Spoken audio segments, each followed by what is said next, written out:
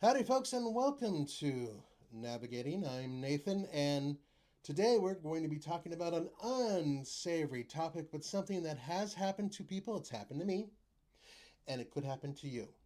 And I'm going to try to help you find a way through this sticky, smelly mess.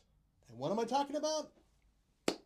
I'm talking about you going number two in a bathroom that's not yours and not having a plunger when things don't go down. Difficult situation, I know. So let's talk about this real quick.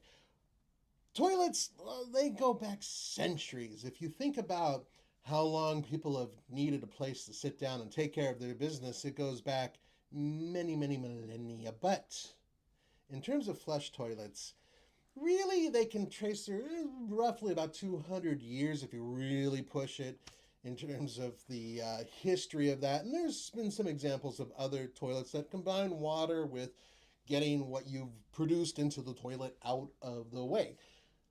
But modern day toilets, let's say for the past century, give or take, they have all had the same issue, and that is that they can clog. And the worst part for me is that when they clog, sometimes it's really not your fault.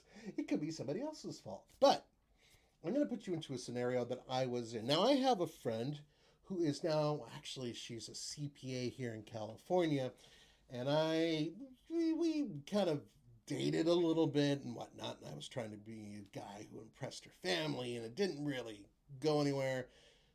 But one particular evening, I was at her place, and it was a very fancy dinner that her family was putting on for me. And I went into the bathroom because I was just feeling the need to do the number two. I sat on the toilet taking care of my business. Now, fortunately, I had toilet paper on hand, and there is a video out there which talks about when you don't have toilet paper. But that one aside, there's also a scrubber, thank goodness. But there was no plunger. And sure enough, when I was done with my business and I hit the hammer home, didn't go down. Now, if you're in this situation, don't panic. But keep in mind that the next person who goes into that bathroom is going to be fully aware that you were the last one there.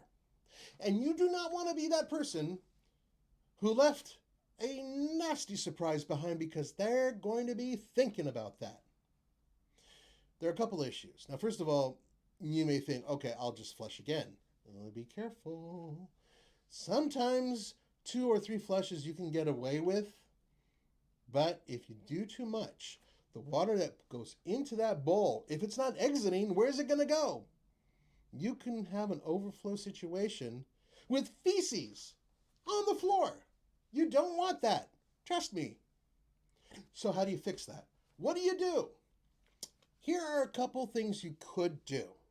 Okay? And this is from trial and error, not just with me, but some people I've talked to who are as sick and twisted as I am, trying to figure out ways of solving these problems. And here is one of them. No scrubber, then you're in trouble and you have to find something else. But if you have that scrubber, and there's this little thing with a little ball on the end of it with little spiky things that you use to scrub the toilet, well, guess what you can do with that? You can shove that in there. Shove it into the hole, which is, by the way, usually facing almost 90 degrees straight up. And you shove it down there at a slight angle and shove, shove, shove. And what you're doing is you're creating water pressure. And that pushes up and over the part that you're not seeing. There's an interior lip, and that pressure will hopefully help dislodge what is clogging the toilet. Okay? If it's toilet paper, something with fiber that you put too much on, then it might fall apart and, hopefully create less blockage over time. But you don't have much time, really. So you really want to get that water pressure in there, and using a scrubber can work. Now, I know what you're thinking. Well, that's sick and nasty because the scrubber is going to get contaminated with tons of yucky gooky. You're right.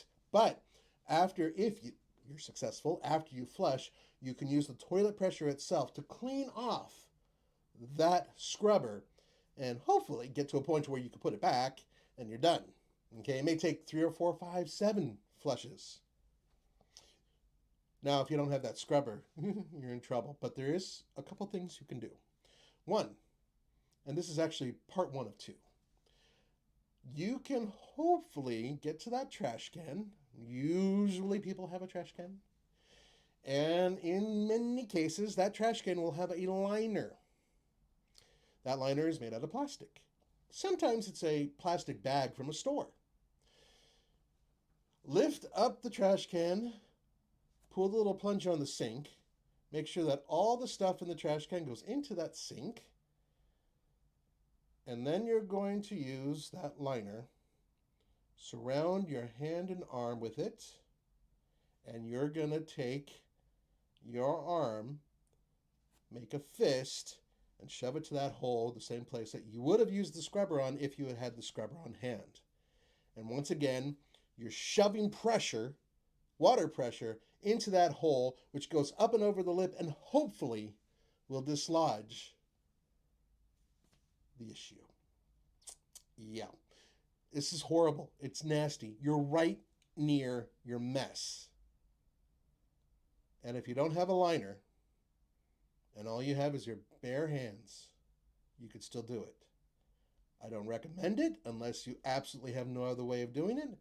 But if that's the case, if you have to use your hand and reach in there and use it as a plunger, going back and forth, back and forth, back and forth, forcing that water through, you at least have the sink, when you're done, to wash off your contaminated arm.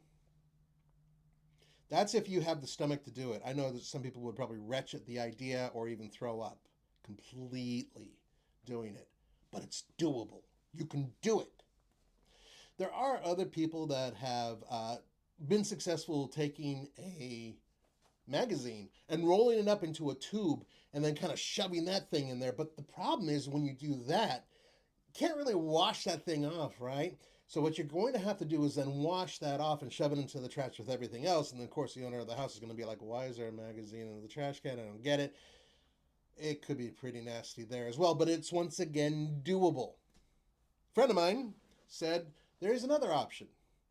If the bathroom has a window, he recommends you open the window and climb through it, exiting the house and acting like you have never been there. I would say that that's a little difficult to do in some cases, but I totally get it. My bottom line with all of this, and there are other potential solutions here as well, is that you are trying your best to clean up the mess that you made. And the worst part is if somebody else made that mess and you're the one who's dealing with it, I think that makes it even worse. But you don't want to be the one who leave behind a clogged toilet when you're in a social situation where you don't want to create a bad impression. If you guys have any other suggestions, I know it's a horrible topic, but if you have any other suggestions, let me know in the comments. Thanks for joining me. I'll see you next time.